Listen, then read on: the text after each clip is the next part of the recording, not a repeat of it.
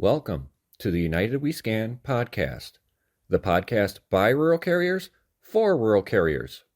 The views expressed in this podcast do not reflect the views or opinions of the United States Postal Service or the National Rural Letter Carriers Association. We ask that you please consult your assigned union representative for guidance in your local area. Make sure you like this podcast, share with your fellow rural carriers, and subscribe to be notified each time a new episode is uploaded. Please rate this podcast 5 stars where applicable and leave a comment or question for us below. Thank you. Now, here are the hosts of the United We Scan podcast.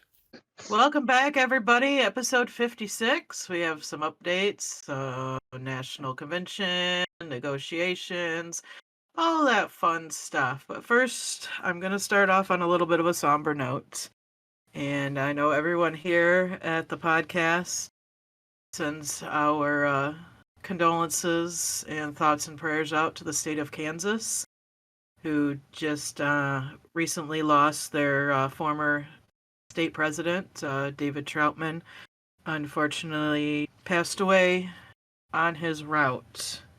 I am not going to go into the details or whatnot, but unfortunately this is a great loss to the NRLCA in general. He was a very active member. He was just an all-around wonderful guy.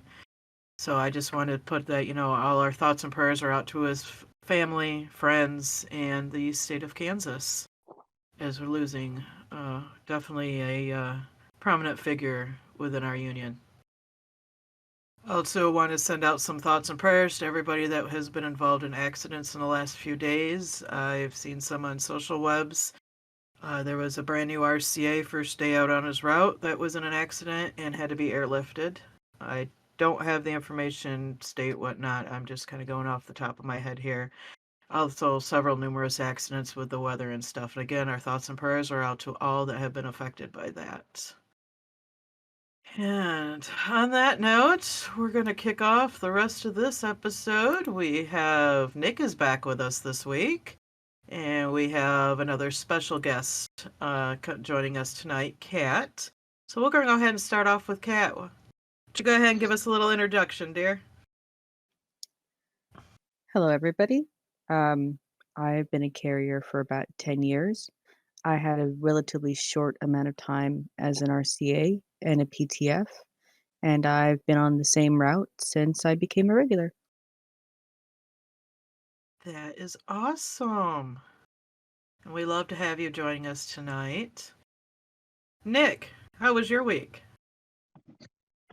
Hey, it was pretty good, except for the impending doom of cold. Of course, Monday was busy as always. Rest of the week was pretty easy until the weather came in and got slapped with 2 box holders on Saturday. So that was awesome to have in frigid temperatures.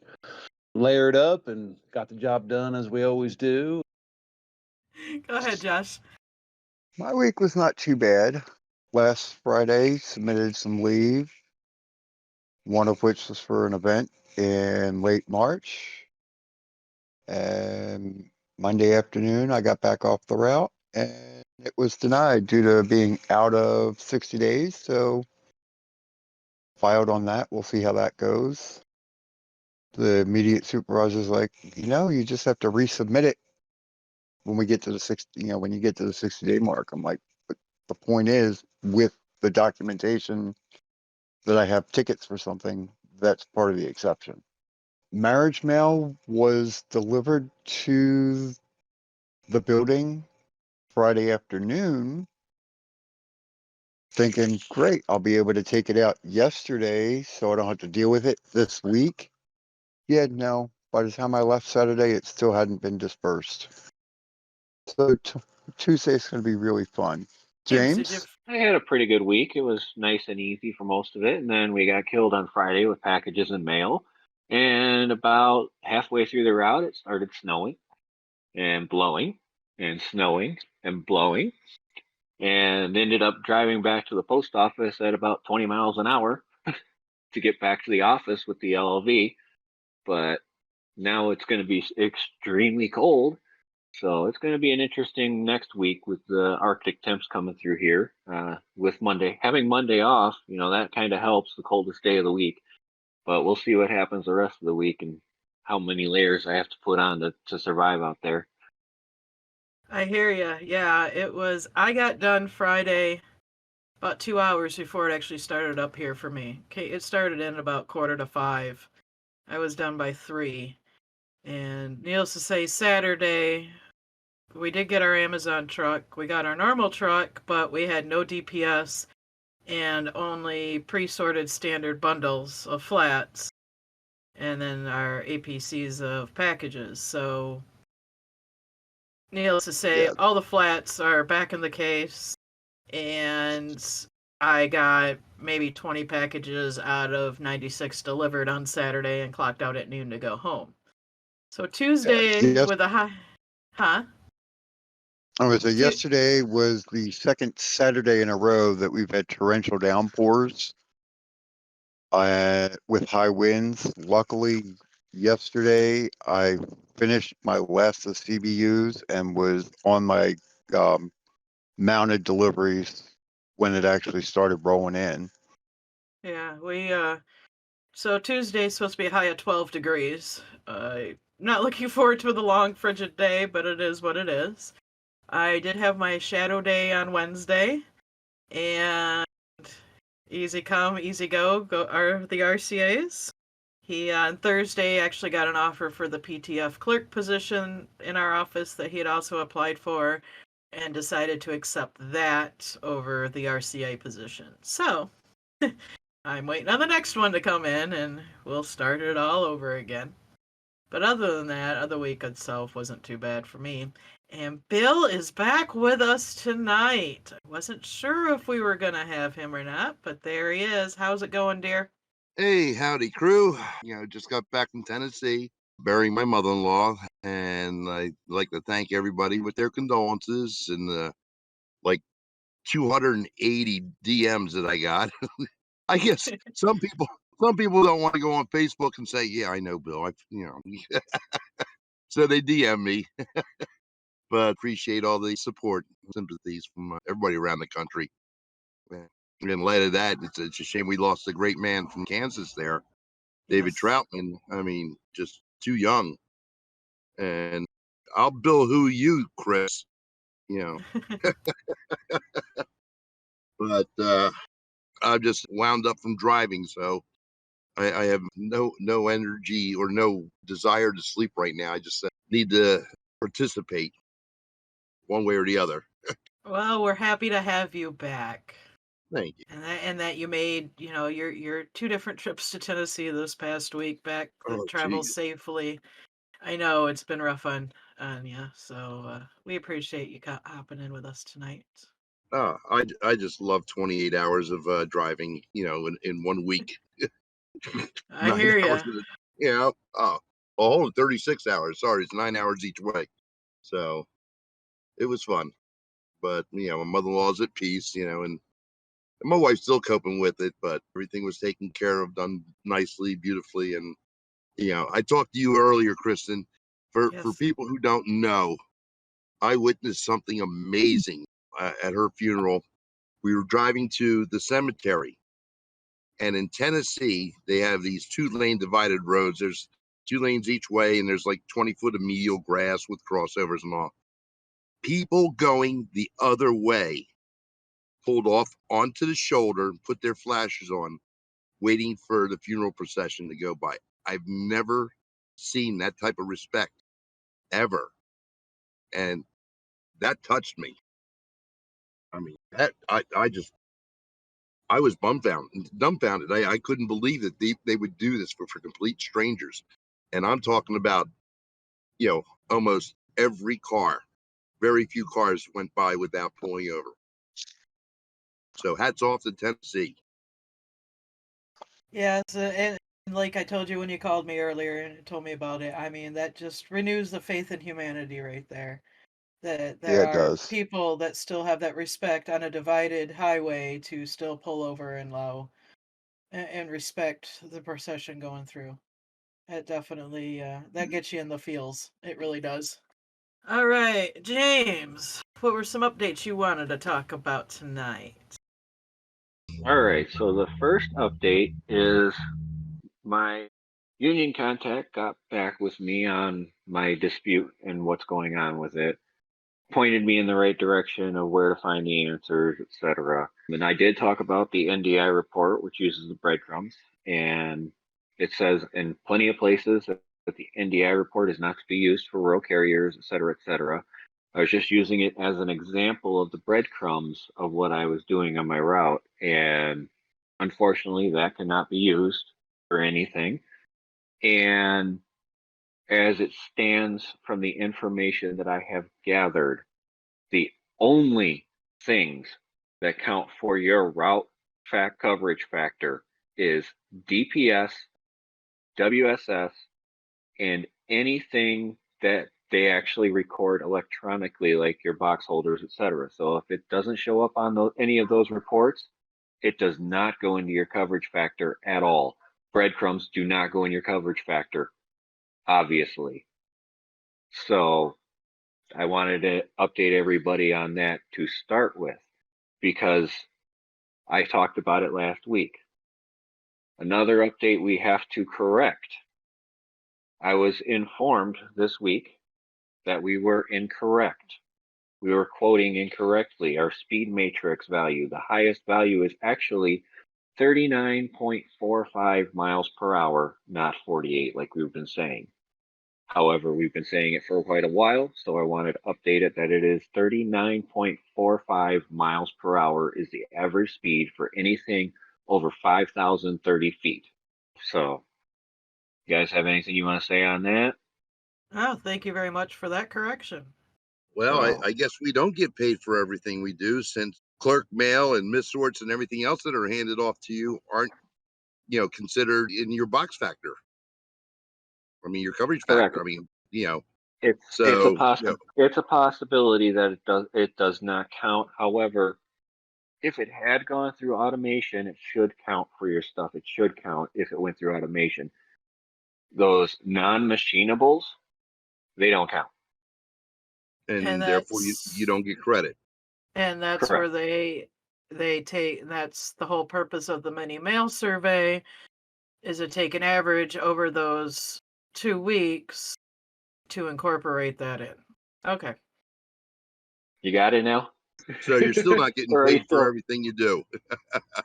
Nope. And you never will get paid for everything that you do, even with this new system, until every single piece of mail is accounted for by automation or by some system that they have to track how it's going.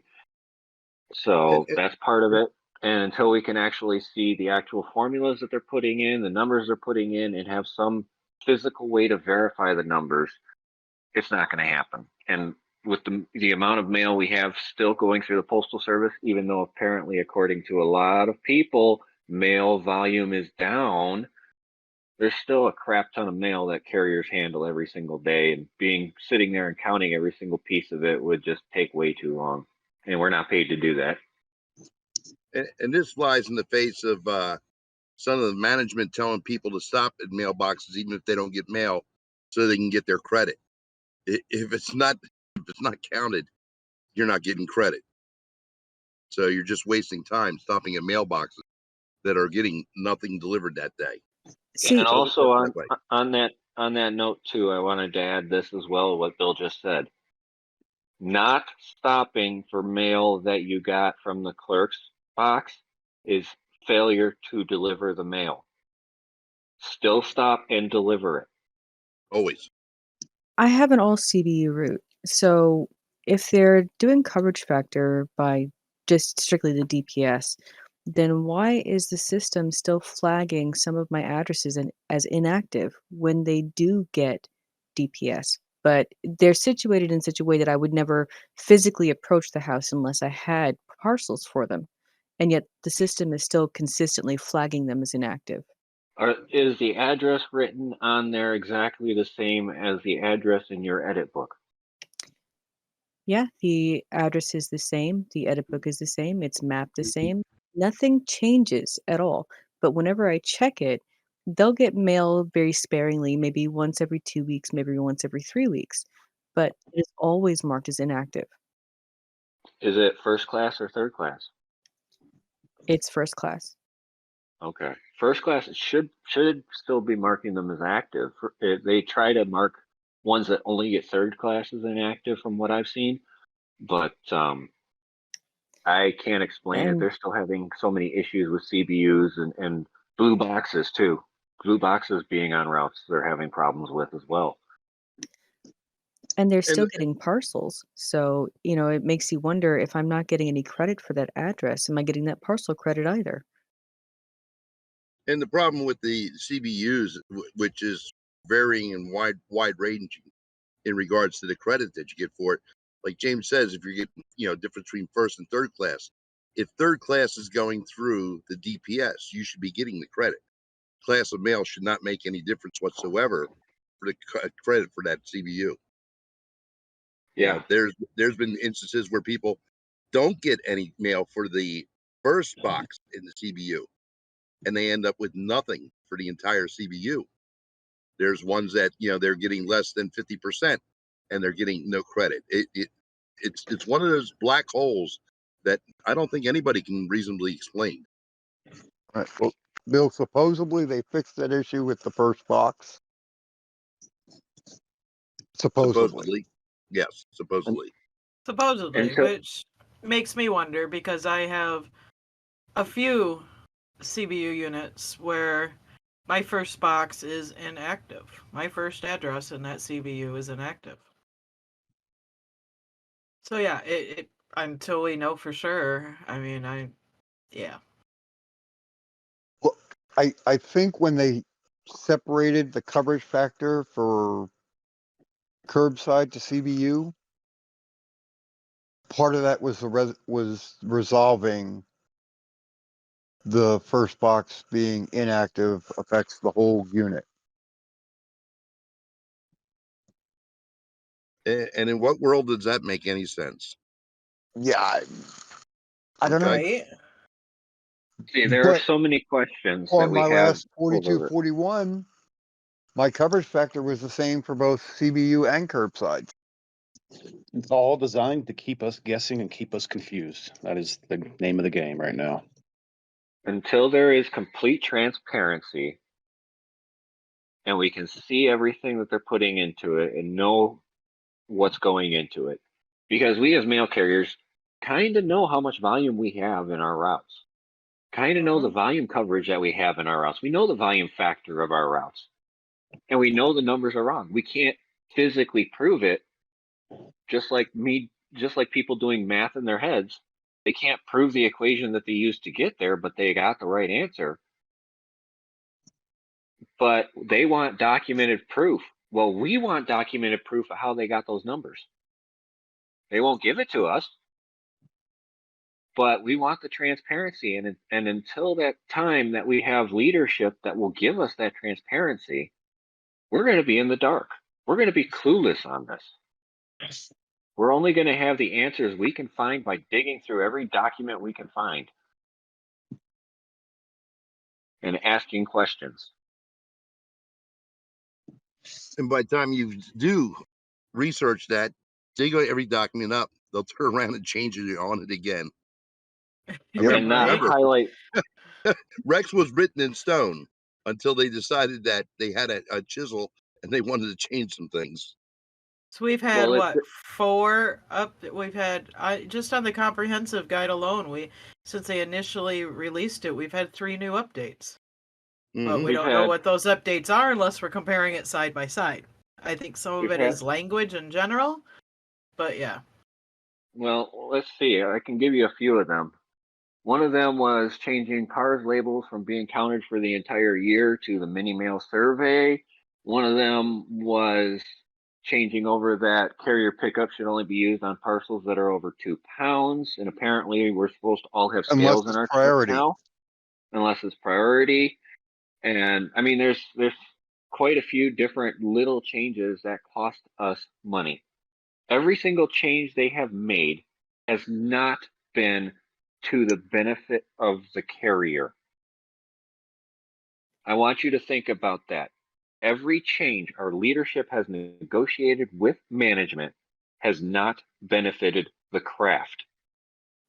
When it Go comes to ahead. the pickups, I just look at the postage. If it says that they paid for £5 or under, I'm going to count it as being worth £2.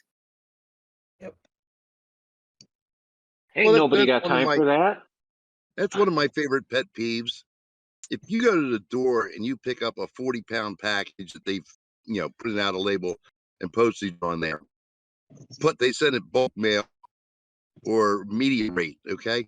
What difference does it make whether it's express, next day express, whether it's over 2 pounds or not? I mean, folks, if you have to go to the door, you're going through the same motions of picking up a parcel. Why is there a difference in the credit?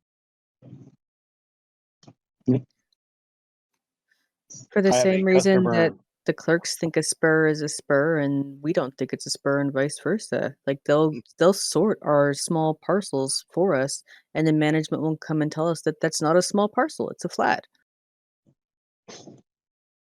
Yeah, it's and that's the other side of it is we have so many different areas that are doing things differently as well, and there's no guidance from leadership telling us where things need to be and how things need to be other than a Q&A that's been updated 6 times since they brought it out. And even in that, the answers to questions differ for different questions that have been asked of the same topic. The problem is we need open transparency on this for the carriers to understand what they're supposed to be doing across this nation, because we're all being evaluated the exact same. We should all be doing it the exact same way. And there should be no dispute about that. Management should not be saying, oh, that's a flat, oh, that's a parcel. It should be carrier discretion whether it's a flat or a parcel. And granted, And the one thing that everybody can agree on, though, if it has a scannable barcode, it is a parcel under the regs. yep. And if it has a barcode, it should be a carrier pickup or it should be a prepaid acceptance. There should be no, oh, you got to have 2 pounds or you got to have that. If we have to scan it at the final and get a credit of it as a parcel, then we should be able to scan it as a parcel when we pick it up. Correct. I have a customer on my route. Every day I go up to his door to pick up. No carrier pickup assigned to it. I go up to his door. I swap out a flat tub. He is a major eBay seller of sports memorabilia, cards, Pokemon cards, etc. Every day he has 15 to 20 scans, all under 2 pounds because they're cards and they're in a protective bubble wrapper. I used to get credit for that. Now I won't. I'm still scanning them as carrier pickup and then hope to get some credit for it. But according to this new verbiage, we won't. Well, not to, to kind of play devil's advocate on this. If you go back to the old count guide, when you bring back mail, it's the same verbiage for when you brought back a parcel in the past.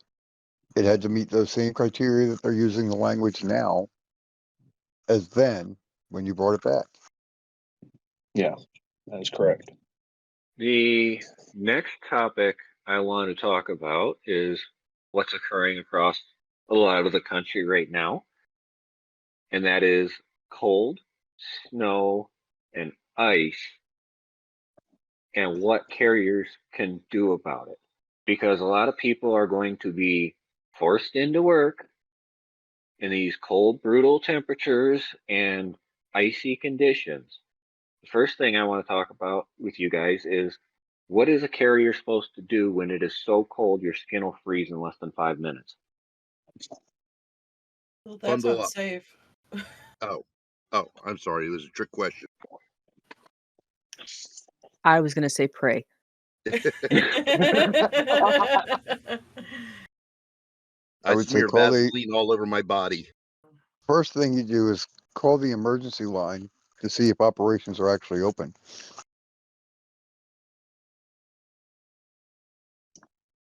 That's the first step. Calling the emergency line. It's on the back of your ID. Well, I just posted it in the live chat here. Kristen, if you want to grab that and post it to all the socials. Yep, we can Yep. do that. And that's 888-363-7462. And it will ask you to enter the first 3 digits of your zip code. And it'll be a pre-recorded message pretty much saying operations as normal, report to work. On that rare occasion, it'll say that they are delayed or postponed, and then you just have to call back the next morning to see if you're going back to work the next day. Okay. Yeah, we're looking at that because we a high of 12 degrees, and that doesn't incorporate the wind chill that I could potentially will have coming off of Lake Huron Tuesday. It's gonna be cold. Mm-hmm. Not as cold as it is in some of the areas I've seen out there with negative 20s and whatnot. And Negative 60s in Montana and Montana, yeah. North Dakota. yes. Yeah, I saw Montana at minus 52, and I said, "That's brisk." Oh Lord! All right, and I just put it in the listener chat too. So Yeah, I mean it's not gonna be my first time working out in that bare cold. I just in the past I've been a POV driver in these wretched cold conditions, so my heat was a little better. So now I'm getting brought back up to speed on what it's like to do it in an LLV. Quick trick there is to put cardboard in front of the radiator. Yep. Cover up the radiator. Don't cover over the small little cooling unit. That's for your transmission. But cover up Yep. the radiator with a piece of cardboard. That'll give you a little extra heat. I will and we do have spare cardboard in the back from the Yeah. Amazon boxes that they send the small stuff in. So I may just do that Tuesday morning when I go in. The grill on the LOV is wide enough. You can kind of weave it back and forth between the openings to do that. But also be careful because you also could overheat it. So only yeah. use it in extremely cold temperatures. Yep. Exactly. I People haven't done that yet, so people from Alaska know exactly what I'm talking about. I do it And until it hits 70. All right. those in the warmer climates have no clue what we're talking about. That too. Absolutely not. Yeah, when you talk about bundling up for the 40s, and we're talking about breaking out shorts and flip flops in the 40s and 50s, yeah, totally different. We are definitely made totally different when it comes to that. Yep. It's All right, okay. I get my due in the summer. Yeah. Yeah, when she's in the temperatures of easy bake oven on wheels for us in the summer, when the temperature outside is the temperature we usually have inside the LLV, yeah. I've had some hot summers in an LLV, I will say that. Not that warm though, but yeah, when it starts getting up into the 90s and you got humidity on top of it, it's not fun. Yeah. That's when everybody gets to see 95% of my tattoos because I'm wearing tank top and shorts. And how do I get paid if they tell me not to come in, James? So if you are a regular carrier and they tell you not to report, you will get an administrative day. You will be paid for that day. PTFs, RCAs, and ARCs will not, unless you use leave. And if it's your relief day, like yesterday would have been mine, if we had been called to say not come in, well, I just would have been SOL anyways, so. That too, yes. However, I did put 4 hours in, so no, I will get paid for yesterday. But yeah, I was talking to my coworker, who's both of us it was our relief days. I'm like, well, in the off chance we get called in not to go in, I said, it's just a K day for us. He goes, yeah, I know. And So, there's actually another side just of what you said right there. You did 4 hours.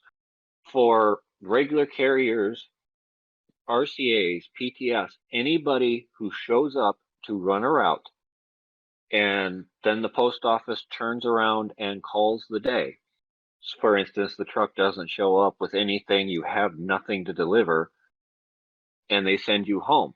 You will be paid the route evaluation that day that you were on. And if you are a POV, you will be included. Your EMA is also included if you Correct. go into the office. Yes. We have had And, that in the past, so yes, I am familiar with that one. and And on if the you are flip side of that, if the truck doesn't come and they tell you to wait, they can hold you for up to your evaluation for regulars. Yes. Yes. And Just also, if wait. you're a sub on a green card time that day, you have a minimum of 2 hours, but you will get paid your green card time for whatever time you are at that office. Yes. If you are assigned to run a full route, you will get the evaluation of that route. Yes. Here's a question regarding, holiday time and volunteering for regulars. If you were mandated or volunteered to work your holiday, so Saturday, and they asked you to carry part of another route as a regular, would that fall under regular rules or would that fall into the you can't work because it's your K day rule? If the day is not your designated holiday, it is your scheduled day off. You are not allowed to volunteer on other routes. If it is your designated holiday, it would fall under the same time and a half on that volunteering on the route. Because under normal circumstances, that would be a normal scheduled work day. Yes. But carriers on their scheduled day off cannot volunteer to work other routes because they're already technically being paid time and a half, even if they're DACA 3. Yeah, so Yeah. if your relief day, for instance, is tomorrow, and you had to work and tomorrow being the holiday, work your designated holiday on Saturday, and they asked and you volunteered, it would still fall under that MOU stipulations. There's nothing in the MOU saying different. And just as a reminder, that MOU is set to expire here in February unless it's renewed again. March 8th. Oh, March. Correct. I'm sorry, it was February 4th last year. Yep, March 8th this year. And do we want to take bets on it being extended again? I'm not gonna make any bets on what our national leaders are gonna do because so far they have not impressed me in the choices that they've made. I was hoping they would. I was hoping that with new leaders at the top, new leaders in different positions at the top, that things would change a little bit. Not impressed yet. Our next topic, stay on the winter theme here, is mailboxes. If you hit one, tip it over a little, knock it down, run it completely over, Dukes of Hazzard it, any of that stuff. What is the process for a rural carrier? Well, number one, you're gonna attempt to contact the customer and let them know what you just did. That should always be the number one. Number two, you are going to let your supervisor know what happened. And it should be an incident report filed on it. Just to cover your behind. Do not let management say that you are financially responsible to replace this box or fix this box. That is not correct. Most management do not want to do the paperwork, that's why they tell you that. It is actually covered under the Tort Claims Act. And if they want to force and say that you are financially responsible for that mailbox, you can file a grievance on that. But management wouldn't lie to us. Oh, never. No, Corey Walton says it best on From A to Arbitration. Management would rather climb a tree to lie than stand on the ground to tell the truth. And in that situation where you do happen to ding a mailbox, it's not automatic that you're going to lose your driving privileges. If they do suspend your driving privileges, I would question that. Absolutely. And even You grieve it. file Hey, Bill, what do we do when management does something we don't agree with? File, file, file. And then file again. Can I hear that one more time for the people in the back? File, file, file, and then file again. Look, 187 grievances, 3 withdrawn, 3 settled for language. The rest were all monetary wins. I know what I do. My people got paid. So yes, if you given with the road conditions, you hit a mailbox, you knock it sideways, you knock it down, you run it over, you affect it negatively in one way or another, and management's going to come to you and say you're responsible for that mailbox. Your next step is getting a hold of your assigned union rep, whether that's a local steward, ADR, DR, whoever's assigned to you, where you're at, and file on that, because that actually is covered under the Tort Act, and you are not A good financially example. responsible for that. A good example as well is if, let's just say you slide on ice and you slide into the mailbox, but you do not damage it. So say you just slide right next to it, but now you're on ice, and if you try to get unstuck, you're going to damage the mailbox. And now you got to call management and request a tow truck, or I'm going to damage this mailbox attempting to get out. Just as a reminder to regulars out there of what O time is, because many of them do not know what that is. If you have to wait there for a tow truck to come free you from a ditch or free you stuck next to a mailbox, that you need to put that down as O time. Yeah, so that's for government vehicles only. If you're a POV, well, you're on your own. I'm That's it. sorry, but you are. I have been there in both circumstances. I've been there as a POV driver. I hated that mailbox. Every winter before and every winter after, it caught me as I was trying to leave the box, and I went down towards the ditch. We ended up, by the time I could get out of it, I had a buddy of mine that was worked about 10 miles up the road, came on his lunch break to pull me out. We nicely removed the mailbox off the post before yanking my car out, because there was no way to get the car out without taking out the mailbox completely.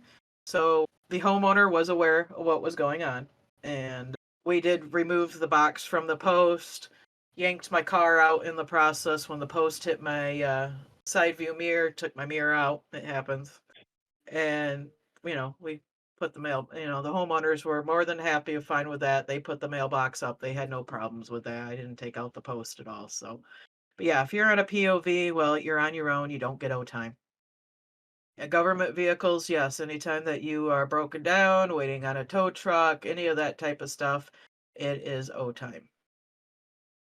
And whatever you do, don't leave the scene without notifying the homeowner. Exactly. If the homeowner is not home, not answering the door, please leave them a note.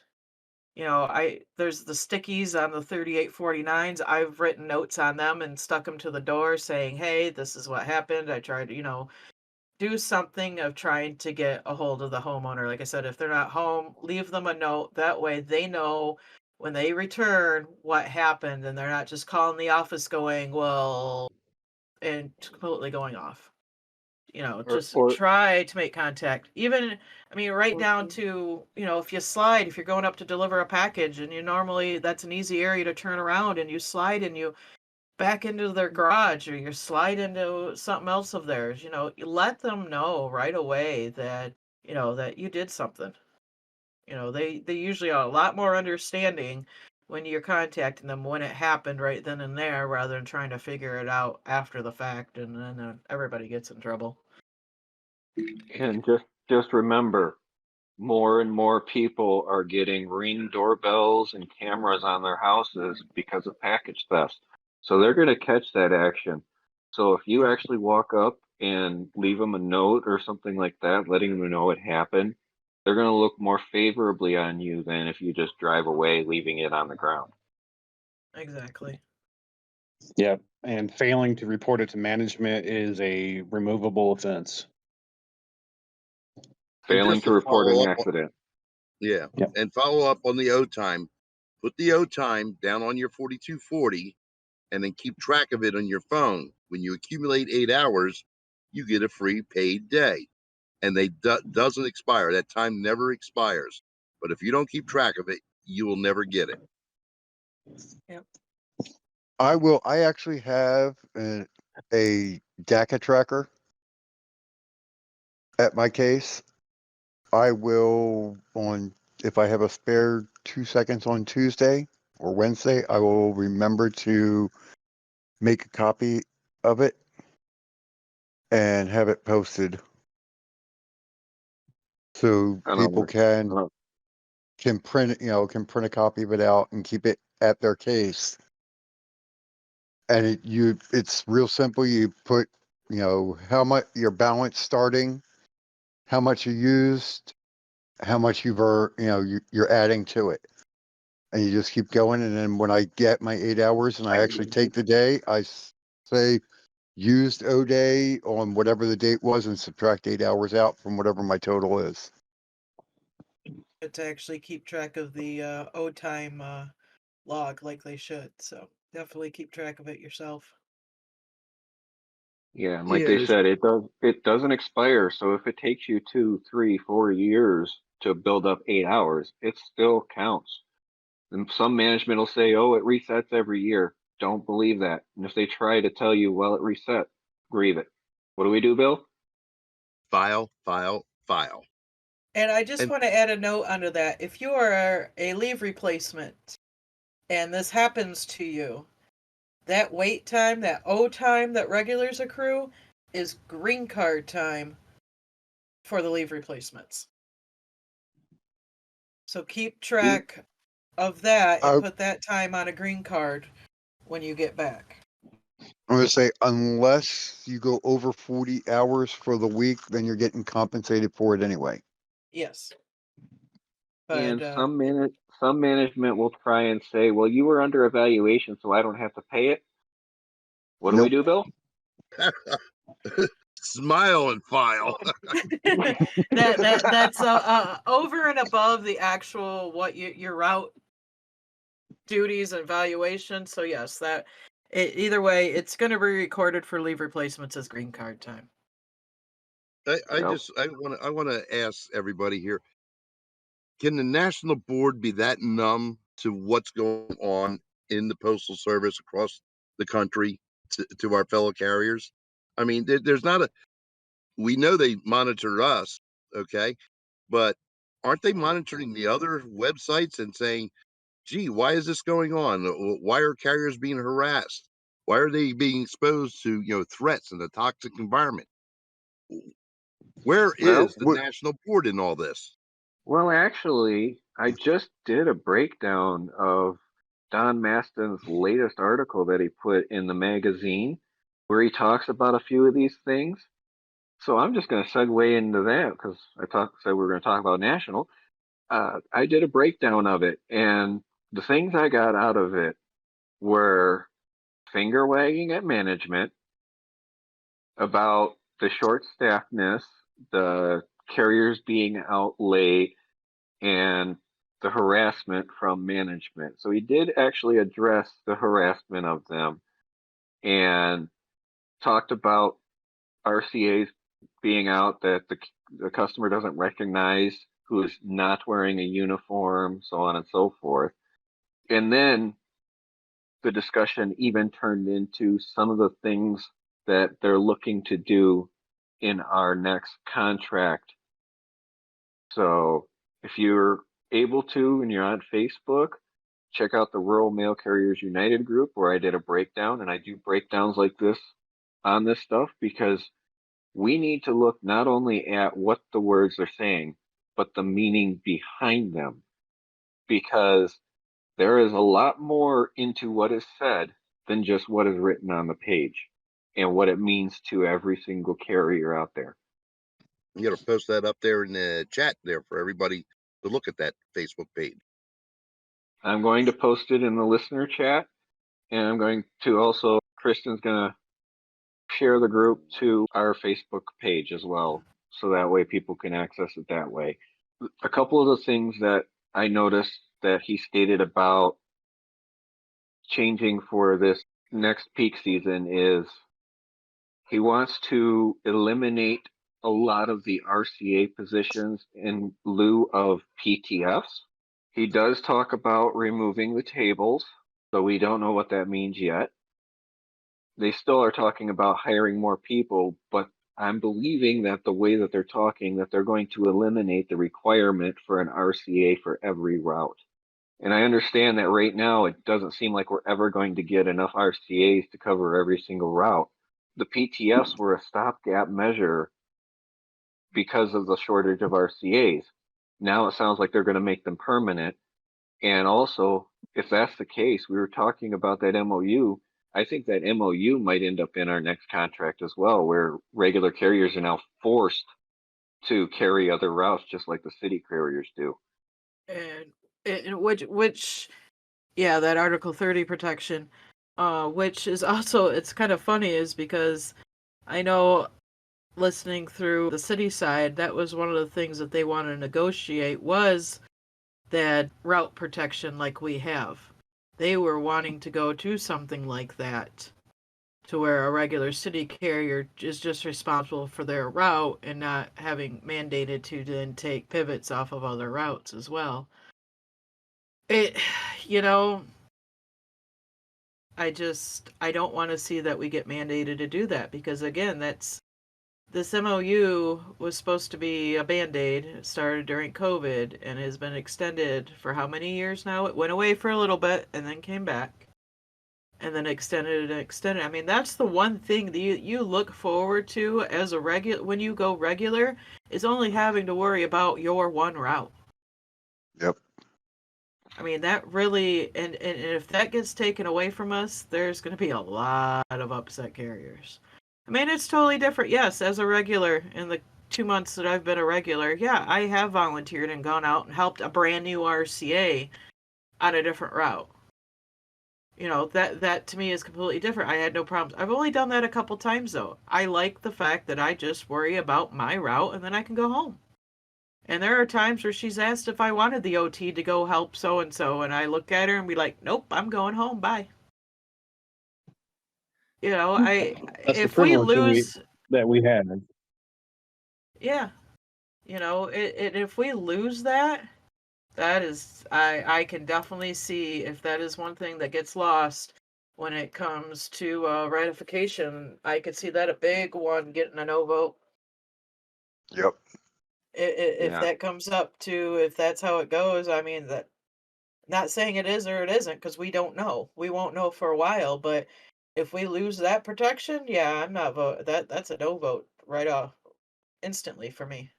I don't care about anything else. You know, Or even worse, they get rid of that Article 30 protection, and then regular carriers are forced to work Amazon Sunday too. exactly. Anyway, I there's mean, enough. There's more than enough carriers out there right now that are just run ragged, because you got offices that don't have any leave replacements whatsoever, and they are Amazon offices, and you do have those few regulars that'll volunteer to come in and run some packages on Sundays. But you know, they're getting wore out. You got you know, the offices that are carriers working 6 days a week every week if you don't have an Amazon Sunday. And I'm gonna raise my hand and say I'm one of them. I'm tired. I was like, dawned on me. I'm like, oh wait, Monday's a holiday. Oh my gosh, another 2-day weekend. I really, yeah, I don't want to see that issue go away. I really, we need to keep that protection of our route only. And I don't want to see that MOU get renewed again. And see, I'm kind of happy to hear that the RCAs are lessened and the PTFs are kind of being pushed, because that's more incentive for the RCAs. The PTFs at least get, pay steps. They do get advances. They do get career benefits. It, being in a high cost of living state, the current RCA position is just not at all, appealing to the average person. At least with the PTFs, there is enough there that it's worth it to go through the whole process. Well, I hate to say it, but I have to agree with that though too. And I've had that. I had a since now retired. Linda will know what I'm talking about. She's listening. Her husband used to say, why not have a sub for every 2 routes? That way they're getting hours. Back then, this was when our office was fully staffed for the most part, And then RCAs were sitting around because they weren't working all but one day a week. And a lot, at that time and nowadays, that whole feast or famine thing, there are offices out there that are exception where you still have the famine going on. And those are far and few in between. I only know of a handful of them. But it's, the RCAs are getting burned out. So yeah, no, I definitely I see what a positive would be on having the career leave replacements. Definitely. That is more incentive for them. How many variations of resolutions were there to make RCA's career after a certain amount of time? Several. 6. James, yeah. 6 of them, including one that was mine. And mine was to make them career after 20, 80 hours or 2 years, whichever came first. So that way we had protections for the RCAs that were working their butts off at offices that are short staffed. And we have protection for RCAs in offices that are famined and they only work 1 or 2 days a week. And I do know that out of Wisconsin, there was a resolution that passed for PTF strings to be reduced from 2 to 1 route. Why would they want to reduce from the entitlement of 2 to the entitlement of 1? How does that benefit the position or the people in those positions?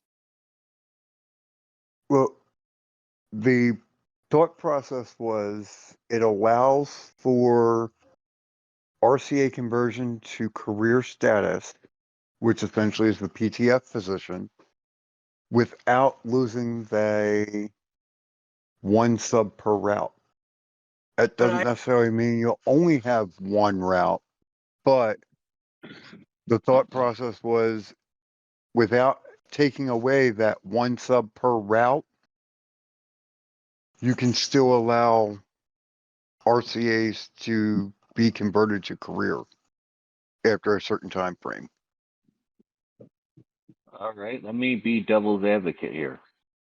As somebody who is second in seniority in his office for junior seniority, and somebody who has a Saturday off, if my office were to convert to PTF, I would lose my Saturday off. I would lose my 2-day weekend.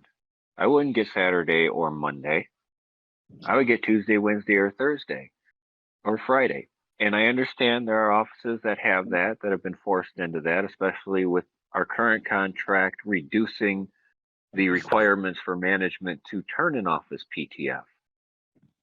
But if an office can manage to have PTFs that cover every route where they could have Saturdays and Mondays only, that would be a complete benefit to the craft. And I understand that some people don't want to have Mondays off. Some people want to have Saturdays only and won't take a Monday, so on and so forth. But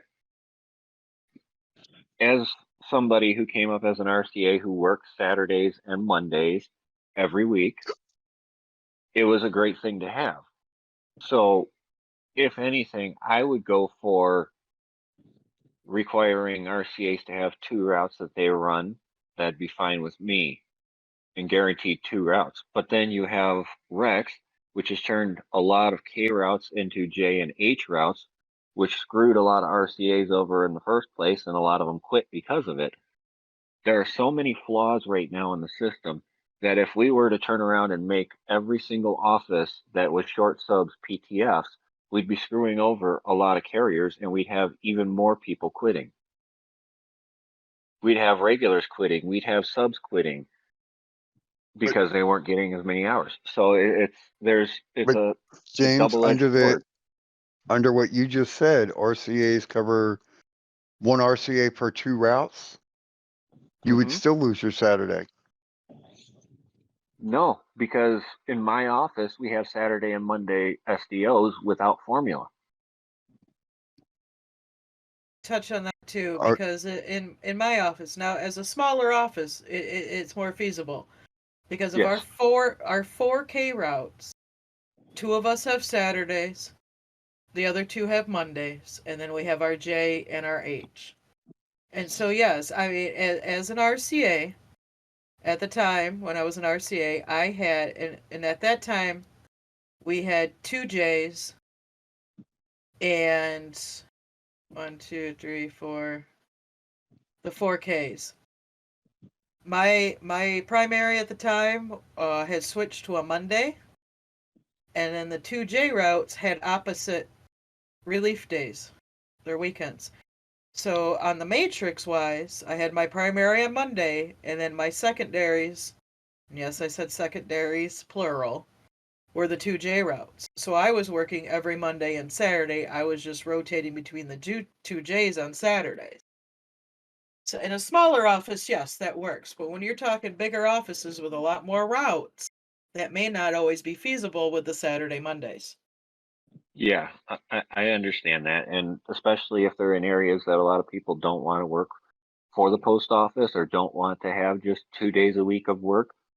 I understand that completely. But for smaller offices like yours and mine and a lot of other offices out there, it's going to be painful for those carriers to change like that. I mean, the Rex already ruined a lot of carriers' happiness as it was, and then you throw that on the PTF in there, and now you're gonna switch to a Wednesday off or a Tuesday off or a midweek day off.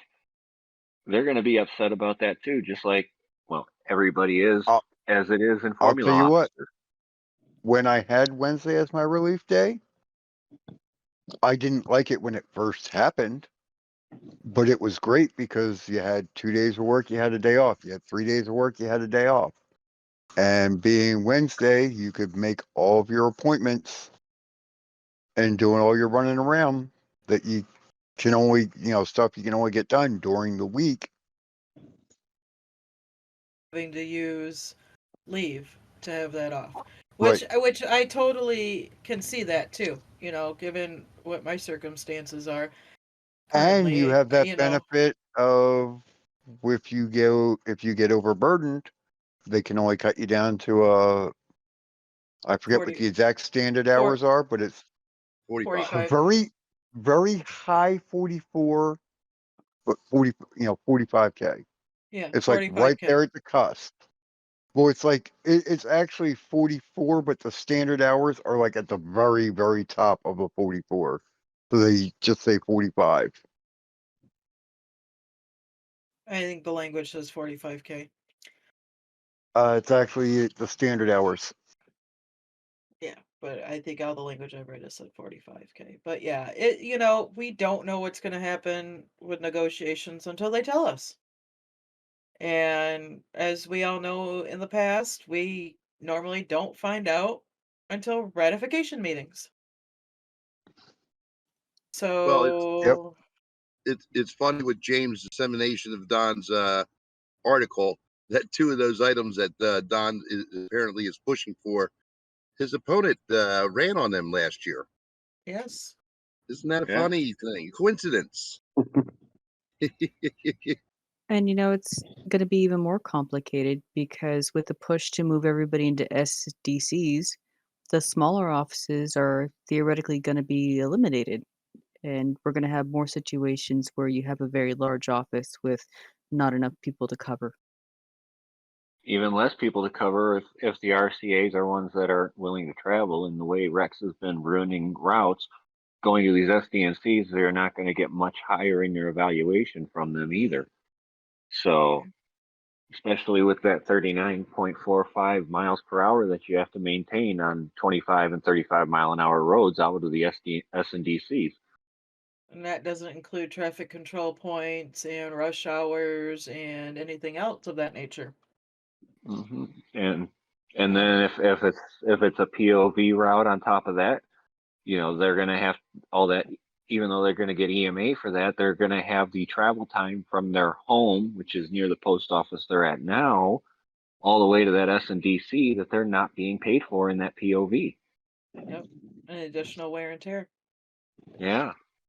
Yeah, it'll be like I said, negotiations were definitely ones to watch to see if they are going to give us any information ahead of time. Like I said, as the past has gone, we don't know until we have a ratification meeting, or they send out the tentative agreement to everybody. So Yep. definitely, definitely keep your eyes peeled. I mean, negotiations have yet to officially start, from what I understand, but who knows? Again, everybody's left in the dark, so. Now is the time to start paying attention to everything that's going on, every word that's said, every word that's written by your national leadership, because every Yep. single one of them is going to give you a clue on their position, what they're willing to sacrifice of your money to get a ratification through. They've already proved that your money is worthless to them other than the dues you pay into the union by telling us that they just want to cut back on the rec stuff every time management says this isn't working for us, we need to cut this back. And they cut back the 52 weeks of PARS labels, the 2 pounds per package, cutting back WSH off of the WSS button, things like that. Trips to door. I have yet to see anything that the union has negotiated with management on Rex actually benefit the carriers. And if they're not willing to negotiate to benefit the carriers with Rex, are they going to negotiate to benefit the carriers with our new contract?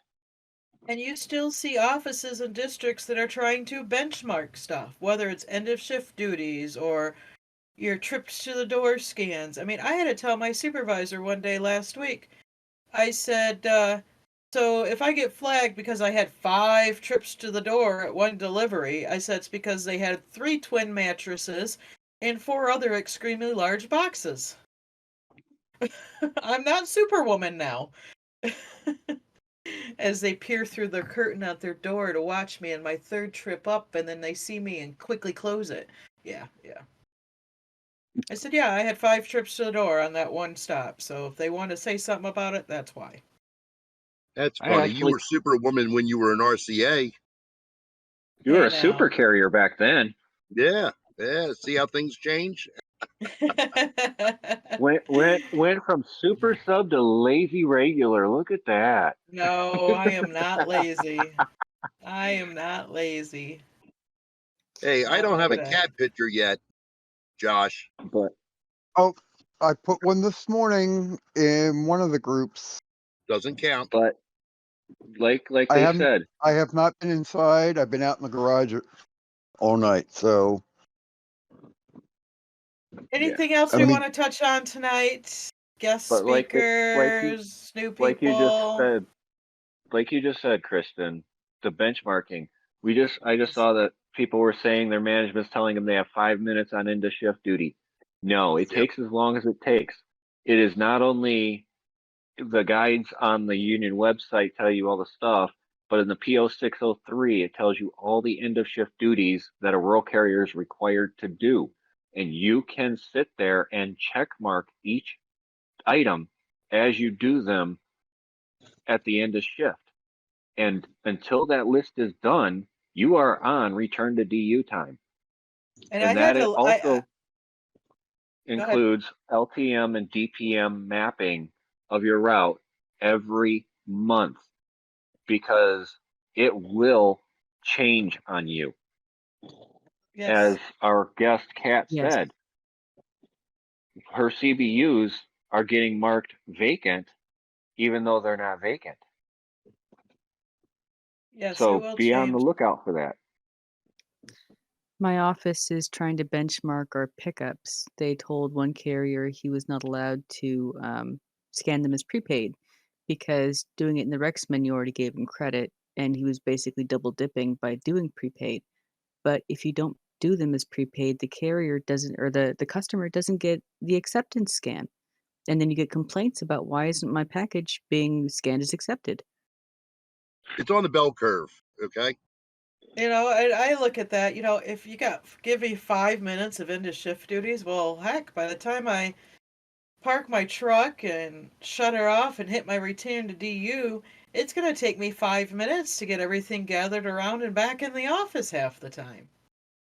You know, that's not feasible. And then, like I said, you've got edit books if you're changing out your case labels, which I have labels ordered again, and all that other DPM and LTM. I know this next time I have to sit down and do my DPM and LTM. My LTM is going to take quite a long time because I have to update my line of travel because it is completely wrong in the LTM. I actually found an old copy of the 4003, the most updated one prior to switching over, and I have to go in and redo my line of travel. Why? Well, I've got new RCAs coming in. You know, we're going to be training one of our newer guys on my route here eventually too. I mean, what's going to go out there when it tells them that they need to turn left on the first road when you're supposed to turn right? There is no left for that road. You know, make sure when you're doing that, you can edit your LTMs, your line of travels as well, the wording. And that's what I'm doing this next time around. And that's going to take some time. Yeah. Benchmarking is a no-no.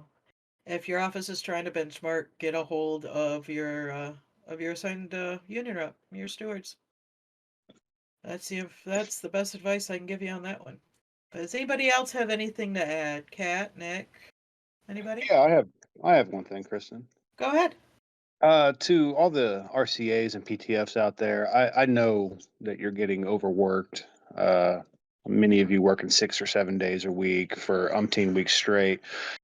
Something I wanted to touch on was make sure that you're doing what you're supposed to be doing when it comes to the RX scans. I know that you're tired and I know you're working long days. Just make sure that you're doing what you're supposed to be doing on the scanner.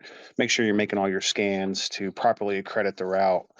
Whether you're a hold down or you're just filling in on that route for that day, make sure you're doing all your scans because it may not matter to you right now, and maybe you'll get done just a hair faster if you don't do the scans, but it will affect the route in the long run, and which you may end up going regular on that route. So you could be the cause and effect of your own route going down if you're not doing the scans properly on that route.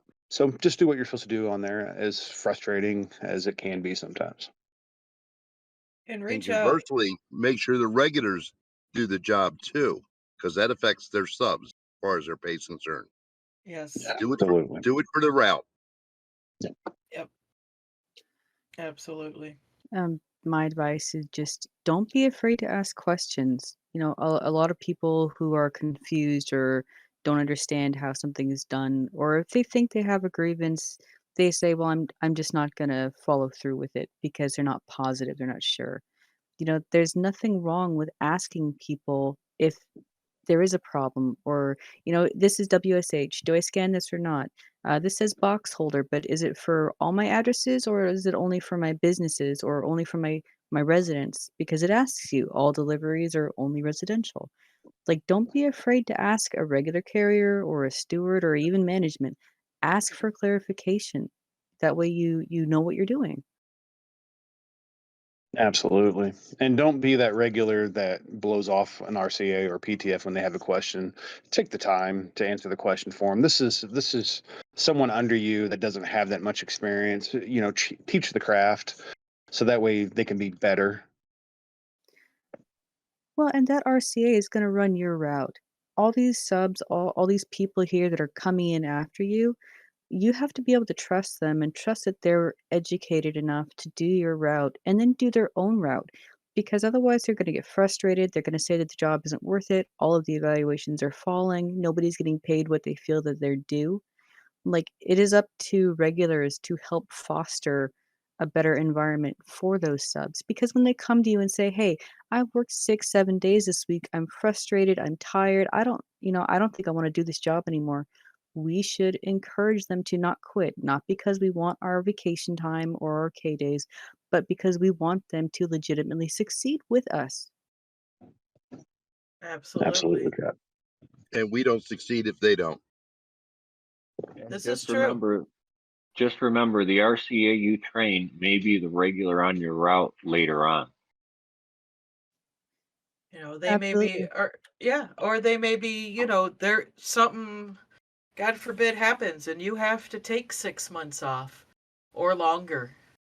And they're going to be handling that route, every single ins and outs. I mean, I, to this day, thank Linda for showing me how to do an edit book when I started under her. And as a test study office, she was one of the very first mapping facilitators for round one and traveled. And she sat down and showed me how to do an edit book because she knew she'd be gone.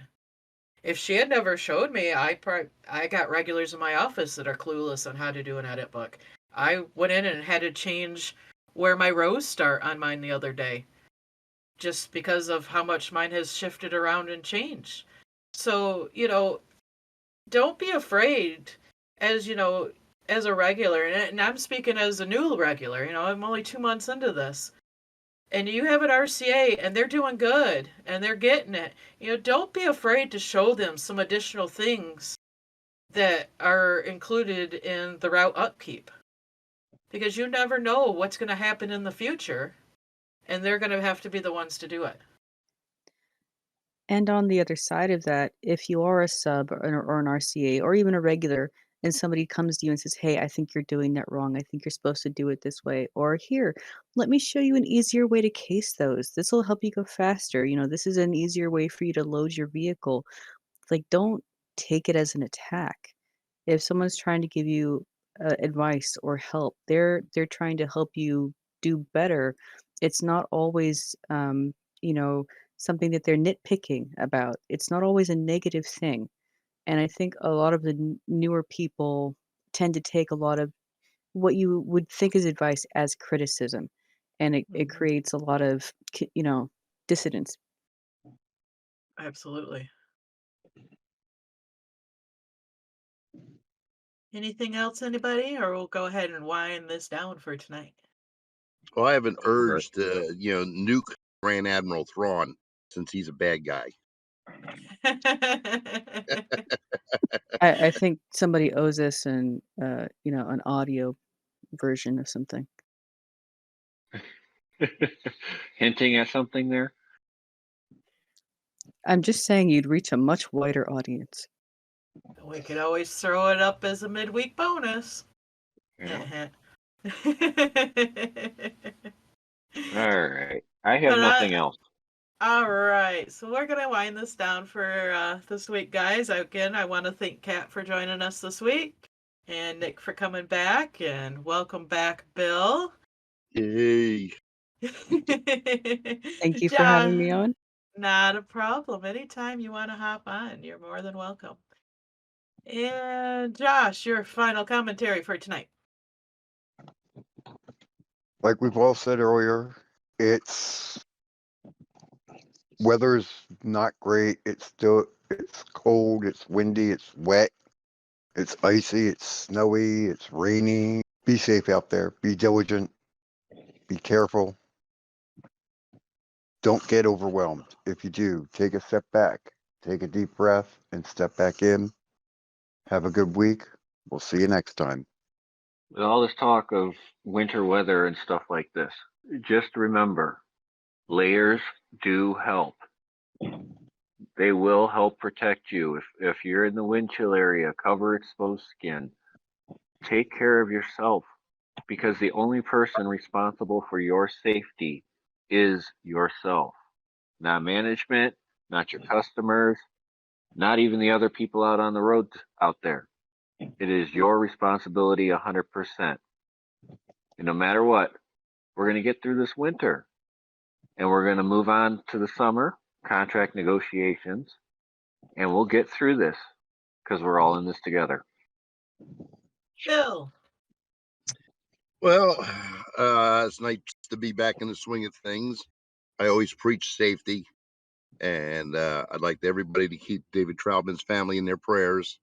When you lose someone, it's harder on the ones that are left behind. I know that firsthand from the past week. And as I always say, you are the most important delivery of the day. Get home to your loved ones. That's the most important thing that you can do at the end of the day. Do your job efficiently, do it professionally, Be courteous to others, be considerate of others. But get your ass home to your loved ones. They're the ones that count. God bless y'all. Thank you guys. Again, yes, if you're in the cold weather areas, definitely take precautions, dress in layers, protect any exposed skin, and if it gets to be too much for you, there's that good old 1767 safety form that is just too much for you. And on that note, we will be back next week. Again, thank you for Nick and Kat joining us, and we'll see you next time.